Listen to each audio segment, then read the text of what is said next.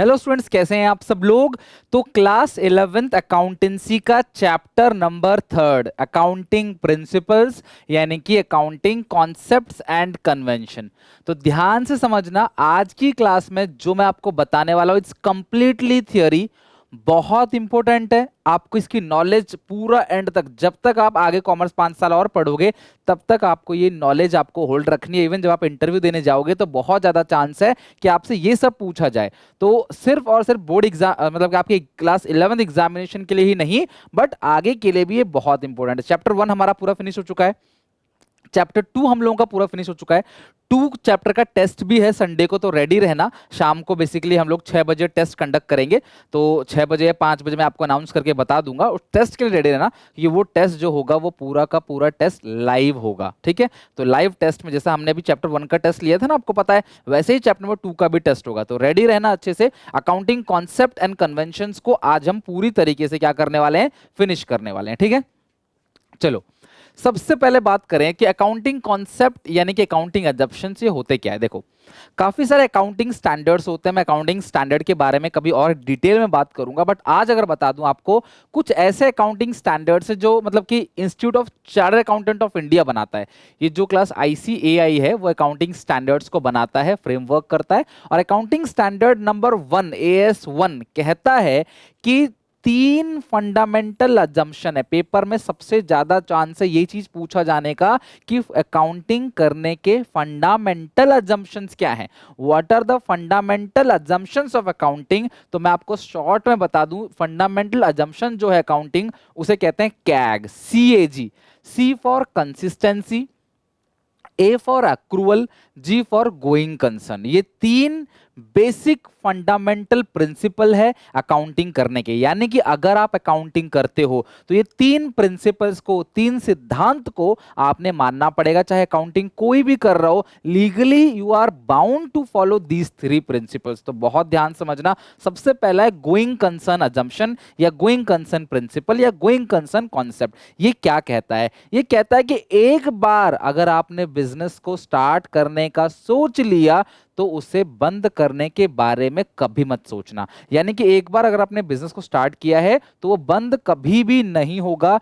अगर कोई पुख्ता सबूत मिल जाए, जैसे मान लो हम प्लास्टिक के बैग बनाते हैं और सरकार ने बोला भाई प्लास्टिक बैन है, और हमें सबूत मिल गया भाई सरकार ने जब प्लास्टिक को बैन कर दिया तो अब हमारा काम बंद होगा।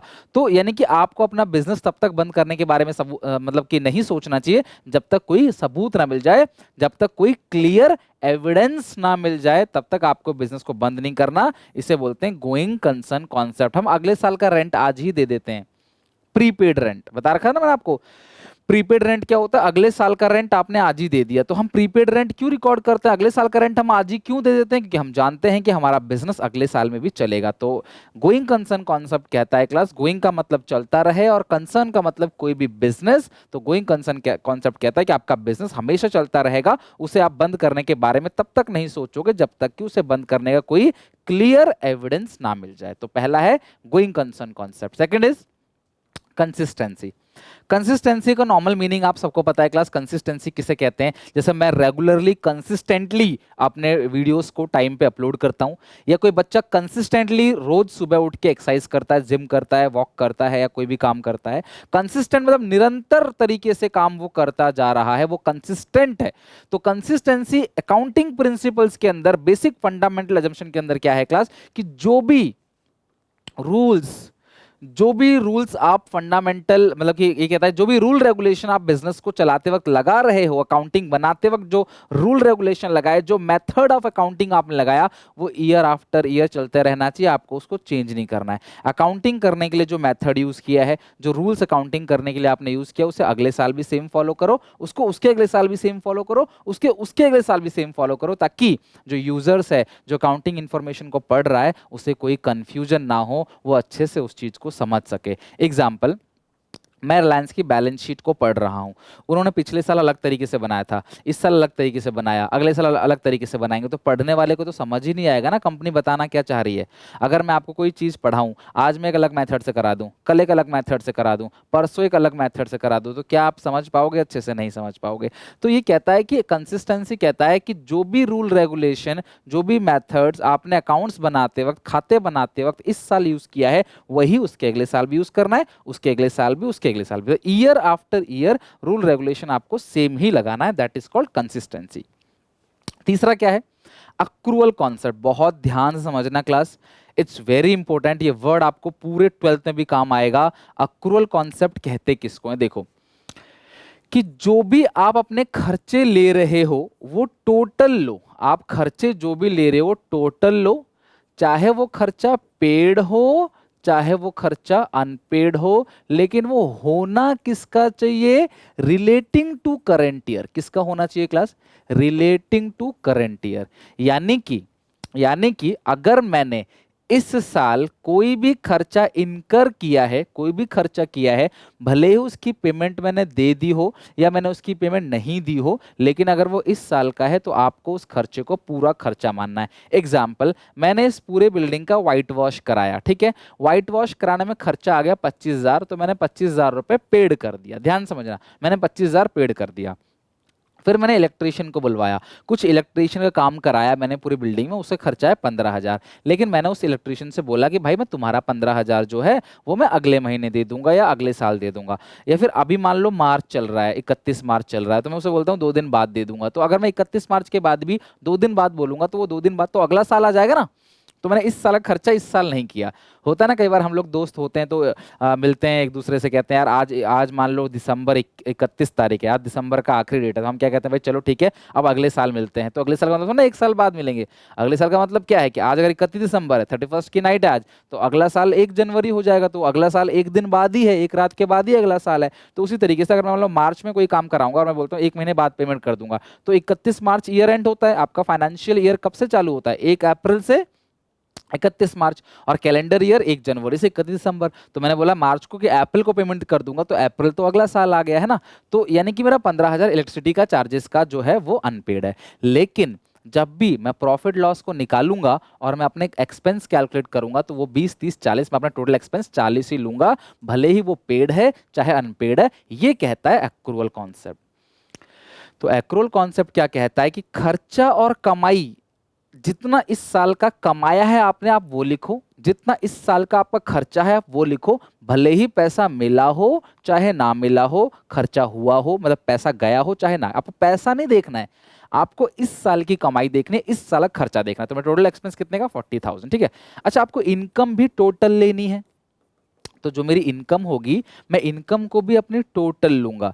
चाहे क्लास मान लो मैंने नगद बेचा है, मान लो मैंने इस साल किसी को नगद बेचा है 25,000 का, और जो क्रेडिट सेल है वो मान लेते हैं 75,000 का है, ठीक है। तो मैंने उधार बेचा है 75 का, जिसका पैसा मुझे अगले महीने या अगले साल मिलेगा, और नगद बेचा है 25,000 मुझे मिल गया। लेकिन ये दोनों मैंने सेल तो इसी साल किया है ना। रिलेटिंग टू क्या है? Relating to current year. भी ये कमाई तो मेरी इस साल की है, भले ही मुझे 75 मिला नहीं है, बट मैंने सेल तो कर दिया। तो ये कहता है जब आप अपनी इनकम को कैलकुलेट करोगे तो वो पूरी 1 लाख करोगे, भले ही आपको पैसा मिला हो चाहे ना मिला हो, और इस 1 लाख में से 40,000 को माइनस करके तुम्हारा प्रॉफिट आ जाएगा 60,000 रुपए। यानी कि एक्रूअल कॉन्सेप्ट कहता है कि आप कैश के पोजीशन को मत देखो, कैश आ रहा है कैश जा रहा है, इसको मत देखो। आप ये देखो कि आपका total expense relating to current year कितना है और total income relating to current year कितना है। इस साल की कमाई, मान लो मैंने किसी से 10 लाख रुपए उधार लिए, मुझे इस साल ब्याज देना था 1 लाख रुपए, जो कि बनता है 10%, 10 लाख का, लेकिन मैंने वो नहीं दिया।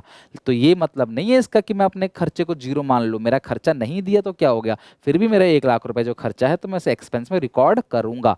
फाइनेंशियल स्टेटमेंट्स को बनाते वक्त मैं उसे रिकॉर्ड करूंगा। आप भी जब बनाओगे ना आखिरी चैप्टर से फाइनेंशियल स्टेटमेंट्स, तब देखना जो अनपेड हम वो भी रिकॉर्ड करते हैं, ठीक है। That is called a. तो आपने देखा कि 3 फंडामेंटल अजम्पशन। कल को टीचर आपसे पूछे what are the 3 basic fundamental assumptions of accounting, तो आप बोलोगे कैग। कैग मतलब सी फॉर कंसिस्टेंसी, जो रूल रेगुलेशन जो मेथड आपने इस साल लगाया है वही मेथड अगले साल लगाओ, वही मेथड उसके अगले साल भी लगाओ, ताकि यूजर्स को कोई कंफ्यूजन ना हो। ए से अक्रूवल, आपने कैश नहीं देखना है, खर्चा इस साल का लेना है, कमाई भी इस साल की लेनी है, भले ही वो पेड हो चाहे अनपेड हो, रिसीव हो चाहे नॉट रिसीव हो, ठीक है। और जी से गोइंग कंसर्न, एक बार आपने बिजनेस को स्टार्ट किया तो बंद करने के बारे में तब तक मत सोचना जब तक कि बिजनेस बंद करने का कोई क्लियर एविडेंस आपको ना मिल जाए। आई होप आप वीडियो पॉज करोगे अभी, कमेंट सेक्शन में CAG की फुल फॉर्म लिख के दिखाओ, और आपको हेडिंग डालनी है बेसिक फंडामेंटल अजम्पशन। जो चीज आप कमेंट में लिखोगे वो आपको अभी अभी याद हो जाएगा, और रियल लाइफ में आप याद करोगे कितना इंपॉर्टेंट है जो सर ने क्लास 11th में हमको सिखाया। इवन बीकॉम में भी सेम यही चीज मैं पढ़ाता हूँ। नेक्स्ट, कुछ अदर अकाउंटिंग अजम्पशंस, कुछ और अकाउंटिंग प्रिंसिपल्स को पढ़ेंगे, कुछ और अजम्पशंस को पढ़ेंगे। सबसे पहला अजम्पशन है क्लास बिजनेस एंटिटी कॉन्सेप्ट। ध्यान समझना, बिजनेस एंटिटी कॉन्सेप्ट कहता है कि बिजनेस का ओनर अलग है अपने बिजनेस से। मतलब मैं अलग हूं, मेरा बिजनेस अलग है, रिलायंस अलग है, मुकेश अंबानी अलग है, यानी कि owner is separate from its business. यानी कि जो भी बिजनेस का ओनर है वो अपने बिजनेस से सेपरेट है, यानी कि अपने बिजनेस से अलग है। सर अलग कैसे? अलग ऐसे कि ओनर बिजनेस में जो पैसे लगाता है उसे बोलते हैं कैपिटल, तो ये बिजनेस के लिए क्या बन गई? लायबिलिटी। सर क्यों? क्योंकि बिजनेस अलग है और बिजनेस का मालिक अलग है। तो मैं मालिक हूं, मैंने बिजनेस में 10 लाख रुपए लगाए, तो बिजनेस को मैंने 10 लाख रुपए उधार दिए, हम ऐसा सोचेंगे। मतलब मैं अलग, मेरा बिजनेस अलग, कि मैंने बिजनेस को 10 लाख रुपए उधार दिए, यानी कि मैं अलग, मेरा बिजनेस अलग, ठीक है। तो ये कैपिटल जो है वो बिजनेस के लिए क्या बन जाता है? लायबिलिटी। और अगर मैं बिजनेस से कुछ पैसे उधार ले रहा हूं तो बिजनेस के लिए असेट बन गया, क्योंकि मैं किसी और से उधार ले रहा हूं। तो बिजनेस ने मुझे उधार दिया तो बिजनेस के लिए वो असेट हो गया, और मैंने बिजनेस को उधार दिया तो बिजनेस के लिए लायबिलिटी हो गया। हम बिजनेस को ओनर से अलग क्यों मानते हैं? मैं आपको एग्जाम्पल देता हूं, शायद आप समझ जाओ।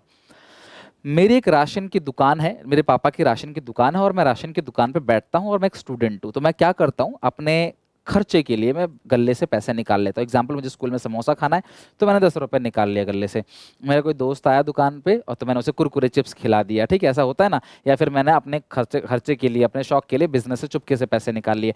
या फिर मैं अपने घर के लिए राशन ले जाता हूँ। तो अगर मैं ऐसा ही करता रहूंगा तो क्या साल के एंड में ये पता लग पाएगा कि मेरे बिजनेस ने एक्चुअल में कमाया कितना है? ये कभी पता नहीं चलेगा कि मेरे बिजनेस ने एक्चुअली प्रॉफिट्स कितना कमाया है। तो इस चीज को जानने के लिए हम क्या करेंगे? तो हमें क्या करना है क्लास, हमें अगर कोई भी मैं पैसा बिजनेस से ले रहा हूं तो मुझे उसे रिकॉर्ड करना पड़ेगा, ये मान के कि मैं बिजनेस से उधार ले रहा हूं और मुझे बाद में लौटाना है, ठीक है। तो अगर हम ऐसा नहीं करेंगे, अगर हम अपने घर के लिए राशन ले जाते हैं, हम सोचते हैं यार हमारा राशन की दुकान है तो अपने घर के लिए ले जाते हैं, तो जितने रुपए का राशन हम अपने घर के लिए लेकर आए हैं उसे हमें नोट करना पड़ेगा, रिटर्न करना पड़ेगा, लिखना पड़ेगा। अदरवाइज साल के एंड में आप नहीं जान पाओगे कि आपको प्रॉफिट कितना हुआ, लॉस कितना हुआ, दोनों चीजें मैच नहीं करेंगी, कि माल आया पैसा नहीं आया, माल चला गया तो कहाँ गया, तो अपने घर के लिए ले गए, तो पता नहीं चल पाएगा कि आप बिजनेस से कमा कितना रहे हो। तो अपने बिजनेस की चीजों को, अपनी पर्सनल चीजों को आप जोड़ो मत, आप खुद को बिजनेस से अलग मान के चलो कि अगर मैं बिजनेस से पैसे ले रहा हूं तो मुझे बिजनेस को लौटाना है क्योंकि वो अलग है, ऐसा मानना पड़ेगा। अजम्पशन है ये, क्या है क्लास? अजम्पशन। अगर अब कई बच्चे बोलते सर नहीं माने तो भी क्या फर्क पड़ता है? बेटा फिर आप प्रॉफिट लॉस नहीं निकाल पाओगे, एक्चुअल में अपना परफॉर्मेंस को इवैल्यूएट नहीं कर पाओगे कि आपने एक्चुअल में कमाया कितना, एक्चुअल में आपको नुकसान कितना हुआ है। इसको बोलते हैं बिजनेस एंटिटी कॉन्सेप्ट, कि जो ओनर है वो बिजनेस से क्या है क्लास? बिल्कुल सेपरेट है। इसीलिए कभी भी आप देखोगे ना तो ये जो बैलेंस शीट है, ये क्लास बैलेंस शीट होती है, बैलेंस शीट। तो आप कभी भी देखोगे ना तो बैलेंस शीट में ये साइड होती है लायबिलिटी, ये होती है असेट, यहां लिखा रहता है अमाउंट। तो ओनर ने बिजनेस में जो पैसा लगाया है ना वो बिजनेस के लिए उधार है, बिजनेस उसे यहाँ पे लायबिलिटी साइड दिखा देता है। और अगर बिजनेस ने बैंक से लोन लिया हुआ है तो वो भी लायबिलिटी है। तो सर फर्क क्या है? फर्क बेटा ये है, ये इंटरनल लायबिलिटी है, ये एक्सटर्नल लायबिलिटी है। ये बाहर वालों को पैसा लौटाना है, ये पैसा मालिक को लौटाना है। तो बिजनेस अलग है और बिजनेस का ओनर अलग है। लेकिन जैसे ही ओनर बिजनेस में पैसे लगाएगा तो बिजनेस की लायबिलिटी बन गई। ये बैलेंस शीट किसकी है? बिजनेस की। हम अकाउंटिंग किसकी करते हैं? बिजनेस के पॉइंट ऑफ व्यू से। हम अकाउंटिंग मतलब कि ओनर की नहीं करते, हम अकाउंटिंग करते हैं बिजनेस की। तो बिजनेस कहेगा देखो कैपिटल आई साथ में कैश बैलेंस भी आ गया, या फिर कैपिटल आई और साथ में बैंक बैलेंस भी आ गया। तो यानी कि डबल एंट्री, आपकी बुक का नाम क्या है, डबल एंट्री, क्योंकि हर चीज का जो इम्पैक्ट है वो डबल है। अगर बिजनेस में पैसा आता है तो कैपिटल बढ़ता है और साथ साथ में कैश भी आता है। लोन लिया तो लोन लायबिलिटी बन गई और साथ में बैंक का बैलेंस भी बढ़ गया या बैंक में पैसा आ गया। तो ये दोनों चीज साथ चलती है। तो आपको कभी भी बिजनेस करते वक्त इस अजम्पशन का ध्यान रखना है कि ओनर अलग है और ओनर का बिजनेस भी अलग है। मनी मेजरमेंट बहुत ही सिंपल सी चीज है। आप बिजनेस में उन्हीं चीजों को रिकॉर्ड करना जिनकी एक मनी वैल्यू हो। जिस चीज की मनी वैल्यू नहीं है आप उसे रिकॉर्ड नहीं कर सकते। 2 कार, 3 ट्रक और 2 बाइक्स और 4 ऑनेस्ट एम्प्लॉय, इन सबको जोड़ सकते हो आप? सर इनको हम नहीं जोड़ सकते, क्यों? इनकी वैल्यू नहीं दी है। अगर आप सर वैल्यू दे दोगे तो हम इनको जोड़ देंगे। यानी किसी भी चीज को आप कभी ऐड कर सकते हो जब उसकी एक मॉनेटरी वैल्यू है, कॉमन वैल्यू हो। 2 कार मान लो 20 लाख, 3 ट्रक मान लो आपका 50 लाख और 2 बाइक मान लो 1 लाख और 4 ऑनेस्ट एम्प्लॉय, क्या इनकी वैल्यू लगा सकते हो? ईमानदार एम्प्लॉय की वैल्यू लगा सकते हो आप? नहीं। तो सर हम अकाउंट्स में उन्हीं चीजों को रिकॉर्ड कर सकते हैं जिनकी मनी वैल्यू हो। ये कहता है मनी मेजरमेंट कॉन्सेप्ट। जिन चीज की कीमत मनी में यानी पैसों में नहीं लगाई जा सकती है उनकी वैल्यू को हम अकाउंट्स में रिकॉर्ड नहीं करते। ऐसा कहते हैं मनी मेजरमेंट कॉन्सेप्ट। नेक्स्ट है अकाउंटिंग पीरियड कॉन्सेप्ट। देखो मैंने आपसे कहा कि बिजनेस कभी भी आपका अगर स्टार्ट हो रहा है तो आप उसे तब तक बंद करने के बारे में मत सोचना जब तक कि पुख्ता सबूत ना मिल जाए। मान लो आपका बिजनेस यहां स्टार्ट हुआ और चलने वाला है 50 60 70 साल, 200 साल, 500 साल भी चलेगा तो कोई प्रॉब्लम नहीं है। तो क्या 500 साल के एंड में आप अपने रिजल्ट्स को चेक करोगे कि आपने कमाया कितना है, कितना गवाया? परफॉर्मेंस को क्या बिल्कुल एंड में चेक करोगे? नहीं। किसी बच्चे का नर्सरी में किसी स्कूल में एडमिशन हुआ, उसे बोर्ड 12वीं में देना है, तो क्या इसका मतलब सीधा 12वीं में पेपर होगा? उसका nursery, LKG, UKG, first second third fourth में कोई पेपर नहीं होगा? नहीं। अगर ऐसा करोगे तो बच्चा बर्बाद हो जाएगा। तो हमें ये करना है, इस पूरी लाइफ को छोटे छोटे टुकड़ों में बांट देना है। मतलब बिजनेस की जो पूरी लाइफ है, जो भी लाइफ आगे चलने वाली है, हम करते हैं इसे 12-12 महीने में बांट देते हैं। 12 महीने मतलब 1 ईयर, कि हर एक पीरियड 1 ईयर का है और इस पर्टिकुलर पीरियड को कहते हैं अकाउंटिंग पीरियड। क्या कहते हैं क्लास? Accounting period. और हम इस पर्टिकुलर पीरियड में मेजर करते हैं कि हमें कितना प्रॉफिट्स हुआ है या फिर हमें कितना लॉस हुआ है। इस पीरियड को बोलते हैं अकाउंटिंग पीरियड। तो अकाउंटिंग पीरियड वो पीरियड है जिस पीरियड के अंदर हम लोग प्रॉफिट्स या लॉस को मेजर करते हैं, अपनी परफॉर्मेंस को मेजर करते हैं, नेट रिजल्ट को देखते हैं कि बिजनेस में नेट रिजल्ट कितना आया है, कितना हमने कमाया है, कितना गवाया, हम सारी की सारी चीजों को चेक करते हैं। उस पीरियड को क्या बोलते हैं क्लास? Accounting period principal. ऐसा क्यों करते हैं? ताकि हर साल अगर अपनी परफॉर्मेंस को हम मेजर करेंगे तो हम हमेशा अपने पिछले साल से अपनी परफॉर्मेंस को कंपेयर कर सकते हैं, इंप्रूवमेंट कर सकते हैं, सारी चीज़ों को देख सकते हैं कि यार पहले से कहाँ इंप्रूवमेंट है, कहाँ डाउन है, कहाँ काम करने की जरूरत है। ठीक है, तो इस प्रिंसिपल को हम लोग क्या कहते हैं class? Accounting period principle. I hope accounting period principle आपको अच्छे समझ आ गया होगा। नेक्स्ट आते हैं कॉस्ट कॉन्सेप्ट। किताबों में हमेशा हम लोगों को कॉस्ट पे चीज़ों को रिकॉर्ड करना पड़ता है। एग्जाम्पल, मैंने सन 2002 में एक बिल्डिंग खरीदी 10 लाख रुपए की। ठीक है, आज उसकी कीमत 2 करोड़ है, लेकिन फिर भी मुझे बुक्स में उसे कितने का दिखाना है? 10 लाख का। तो कॉस्ट कॉन्सेप्ट कहता है कि हमें सारी की सारी चीज़ों को जो रिकॉर्ड करना है वो कैसे रिकॉर्ड करना है? कॉस्ट पे रिकॉर्ड करना है। कैसे रिकॉर्ड करना है? कॉस्ट पे। कॉस्ट मतलब जितने रुपए की लागत वो मेरे को पड़ी है। मैं एग्जांपल देता हूँ। मैं गया किसी रूरल एरिया में, मैंने कहा यार यहाँ अपनी फैक्ट्री लगाऊंगा। सरकार खुश होगी, सरकार ने बोला वाओ सर, आप रूरल एरिया में फैक्ट्री लगाओगे जहाँ कोई भटकता भी नहीं, वहाँ फैक्ट्री, इतना अच्छा काम कर रहे हो, हम आपको ज़मीन जो है उस पर 50% का डिस्काउंट दे। ज़मीन है मान लो 20 करोड़ का, पर मुझे पड़ा 10 करोड़ का, सरकार ने मेरी जगह 10 करोड़ रुपए किसानों को दे दिया। अच्छी बात है, जब मैं रूरल एरिया में काम कर रहा हूँ तो मैं रूरल एरिया वालों के लिए कुछ करूंगा, उनके लिए सड़क बनेगी, बिजली बनेगी, मतलब बिजली होगी वहाँ पे, सड़क होगा, उनको रोजगार दे पाऊंगा। अच्छा काम कर रहा हूँ मैं, ये अच्छा काम कर रहे हैं, सरकार मुझे सब्सिडी दे देती है। तो बिल्डिंग 20 करोड़ की है, लेकिन मैं अपनी बुक्स में बिल्डिंग को 20 करोड़ की नहीं दिखाऊंगा, मैं अपनी बुक्स में बिल्डिंग 10 करोड़ की दिखाऊंगा। क्यों? क्योंकि मेरे लिए वो कितने की पड़ी है? 10 करोड़ की। इसे कहते हैं कॉस्ट कॉन्सेप्ट। यानी कि जितनी आपकी कॉस्ट है आप उतना दिखाओगे। डुअल एस्पेक्ट, हर चीज का दो इम्पैक्ट होता है। डुअल एस्पेक्ट, मैंने 20 लाख का माल बेचा तो क्या होगा, 20 लाख का स्टॉक यहां से माइनस हो जाएगा और 20 लाख का कैश मेरे पास आ जाएगा। डुअल कॉन्सेप्ट, यानी कि एक चीज डेबिट होगा, एक चीज क्रेडिट होगा। सर डेबिट क्रेडिट क्या है, मैं बता चुका हूं क्लास। किसी भी खाते का एक तरफ होता है debit side, left hand side, credit side होता है राइट हैंड साइड। तो मान लो कि मैंने सामान बेचा तो स्टॉक मेरा जो है वो चला गया बट कैश आ गया। सामान खरीदता हूं तो स्टॉक आता है और कैश चला जाता है।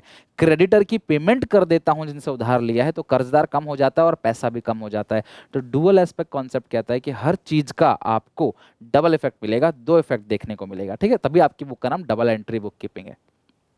Next, revenue recognition concept. ध्यान समझना क्लास, ये कॉन्सेप्ट क्या है, कंफ्यूजन में बिल्कुल मत आना। ये पिछला साल है, ये वाला साल है जो चल रहा है, और ये है अगला साल, नेक्स्ट ईयर। अगर मैं बोलूं पिछला साल 1/4/19 से 31 मार्च 20, ये वाला साल 1/4/20 से 31 मार्च 21, अगला साल 1/4/21 से 31 मार्च 22, इस तरीके से चल रहा है। आप रेवेन्यू को कब बुक करोगे, यानी किस डेट पे आप अपनी कमाई मानोगे, वो कमाई आप किस ईयर की मानोगे। अगर मैं आपसे बोलूं इस डेट को, यानी कि 1 अक्टूबर 2020 को आपने एक सेल किया, ठीक है, इस दिन आप ग्राहक आया, आपने माल दे दिया, वो पैसा देगा आपको कब, वो पैसा देगा 2 अप्रैल 2021 को। तो आप मुझे बताओ, वो आप इस साल की सेल मानोगे या आप उसे अगले साल की सेल मानोगे, बताओ। तो रेवेन्यू रिकॉग्निशन कॉन्सेप्ट कहता है क्योंकि आपने इस साल सेल किया है तो पैसा कभी भी मिले, पहले मिले बाद में मिले, उससे कोई लेना देना नहीं है। अपनी सेल जो है आप इसी साल की मानना, क्योंकि इस साल सेल हुआ है। यानी कि आपको इनकम को, रेवेन्यू को कब बुक करना है, कब रिकॉग्नाइज करना है, जिस टाइम सेल इनकर हुआ, ना कि जिस टाइम पैसे मिले। तो आपने ध्यान रखना, अगर इस साल सेल किया पैसा आगे मिलता है, मुझे लेना देना नहीं है, मैं इसी साल बुक करूंगा। एक और एग्जांपल, मैंने सेल किया 1 अक्टूबर को, लेकिन किसी कस्टमर ने मुझे 20 मार्च 2020 को ही उसकी पेमेंट दे दी थी। मतलब पैसा मेरे पास पिछले साल आ गया था एडवांस में, सेल मैंने किया कब, इस साल, यानी कि 1/4/20 से 31 मार्च 21 के अंदर। तो मुझे बताओ मैं अपनी रेवेन्यू को कब बुक करूंगा। सेल इज रेवेन्यू, जो पैसा मिल रहा है। सेल हमारी इनकम नहीं है, रेवेन्यू है। क्यों? क्योंकि बेटा सेल, अगर मैंने मान लो ये पेन मैं एक दुकानदार हूँ 50 रुपए का बेच रहा हूँ, तो ग्राहक मुझे 50 रुपए दे रहा है, तो ये मेरी इनकम थोड़ी है भैया, मैं भी तो अपने खर्चे माइनस करूंगा ना, पेन भी तो मैं कहीं से खरीद के लाया हूँ, है ना। तो रेवेन्यू बोलते हैं। तो आपको पैसा इस साल मिला है, लेकिन फिर भी आप इस साल इनकम नहीं मानोगे, जिस साल सेल करोगे आप उस साल भी इनकम मानोगे। सीधी सीधी बात, रेवेन्यू तब रिकॉर्ड करना जब वो काम पूरा हुआ है, ना कि जब पैसा मिला है। एडवांस में पैसा मिला कोई बात नहीं, पैसा इस साल मिला है कोई लेना देना नहीं, कहीं बुक नहीं करूंगा, वो लाइबिलिटी है मेरी। जब मैं सेल करूंगा तब वो मेरी इनकम होगी, तब वो रेवेन्यू कहलाएगी। अब बाद में पैसा मिलता है, मुझे लेना देना नहीं, जिस दिन मैं सेल बुक करूंगा उस दिन की रेवेन्यू बुक कर दूंगा, चाहे पैसा पहले मिले चाहे पैसा बाद में। इसे बोलते हैं revenue recognition concept. Next, matching concept. ध्यान से समझना सब लोग, मैचिंग कॉन्सेप्ट क्या होता है। आप रेवेन्यू और एक्सपेंस दोनों को मैच करके चलो। अगर आप कमाई 12 महीने की ले रहे हो तो बेटा आप खर्चे भी 12 महीने के ही लो, यानी कि आपका रेवेन्यू और आपका एक्सपेंस दोनों मैच करने चाहिए।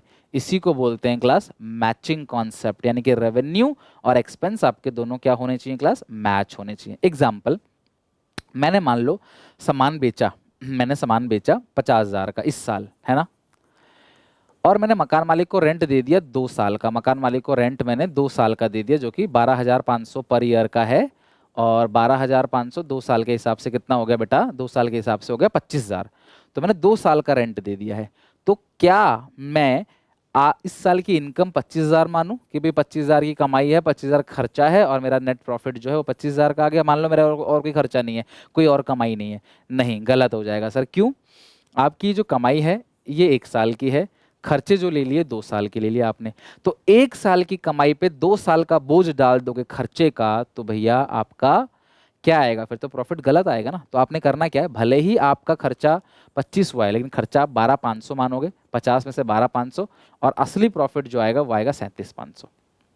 यानी कि मैचिंग कॉन्सेप्ट कहता है कि रेवेन्यू और एक्सपेंस दोनों को मैच करके चलो। जितने टाइम का आप रेवेन्यू ले रहे हो उतने ही टाइम का आप खर्चा भी लो।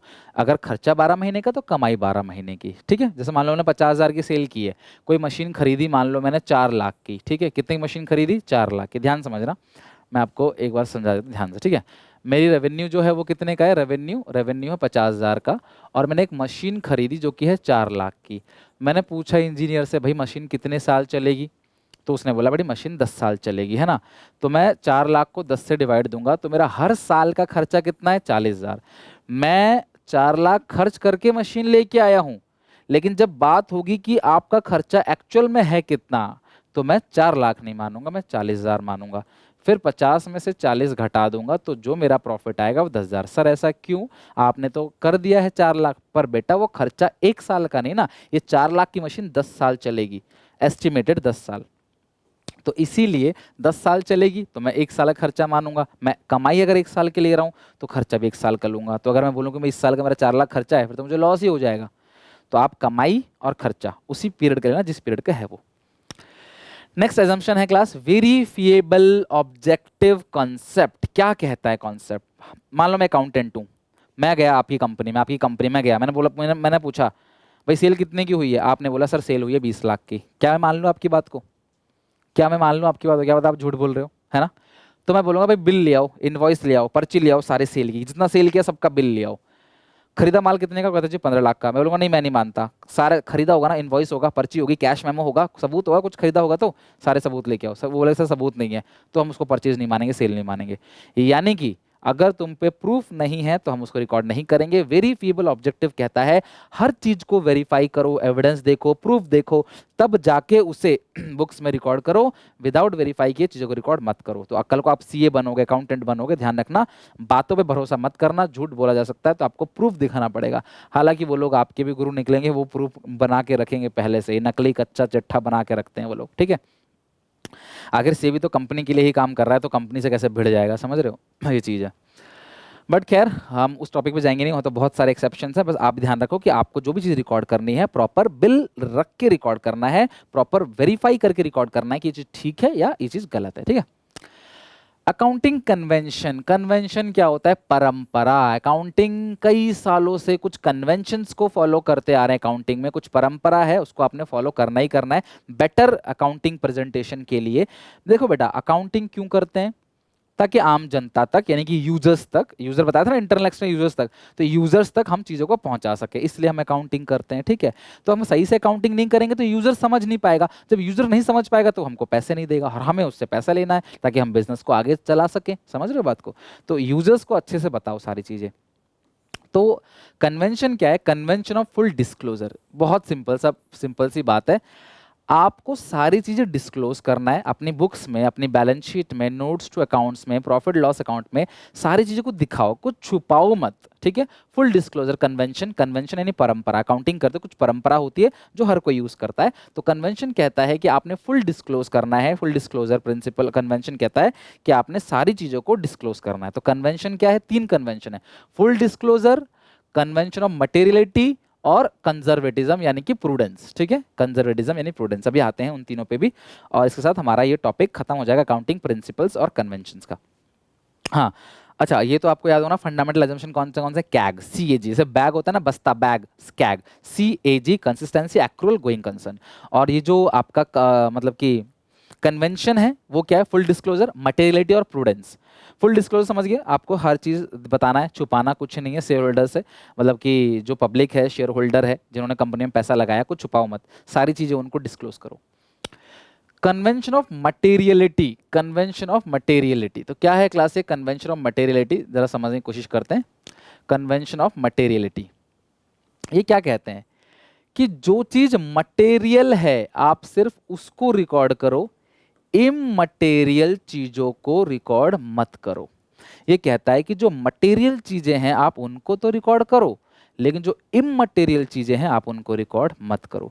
सर मटेरियल का मतलब क्या है? जो मायने रखता है उसको रिकॉर्ड करो, जो मायने नहीं रखता आप उसे रिकॉर्ड मत करो। आपके बिजनेस करोड़ों का बिजनेस है, कोई भिखारी आया आपसे 5 रुपए दान मांगने, उसको अगर आप नहीं रिकॉर्ड करते, पब्लिक को बात नहीं बताते, तो पब्लिक कोई नाराज नहीं हो जाएगी, उसको बोलते इममटेरियल।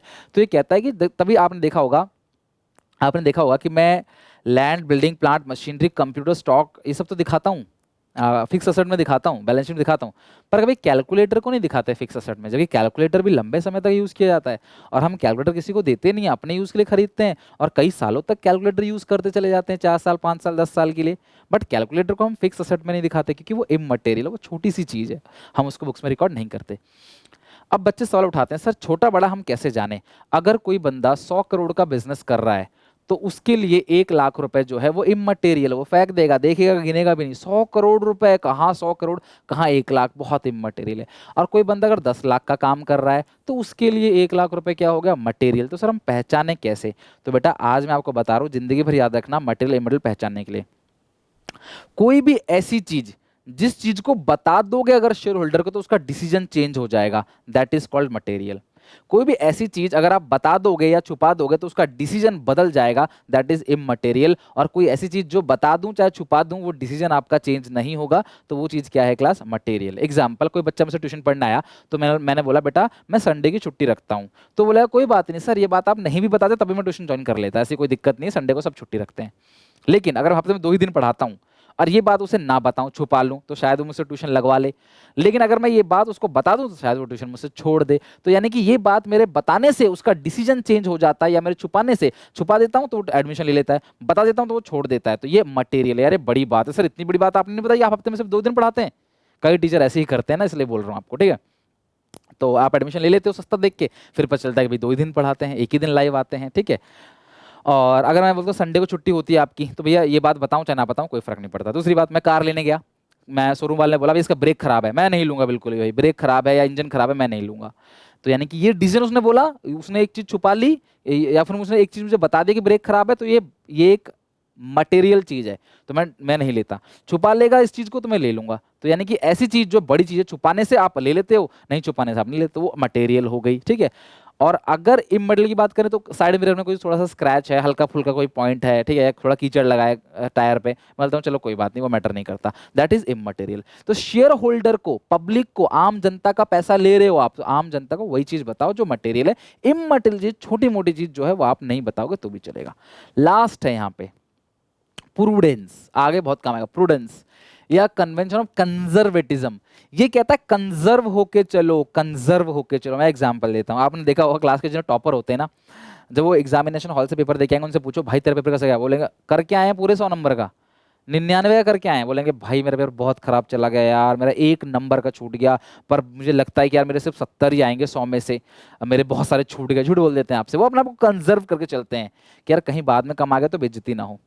तो टॉपर ऐसे ही करते हैं, पहले से छुपा छुपा लेते हैं, बोलते हैं कि यार मेरा बहुत कट जाएगा, मेरा बहुत खराब पेपर गया है, मेरा बहुत गंदा पेपर गया है।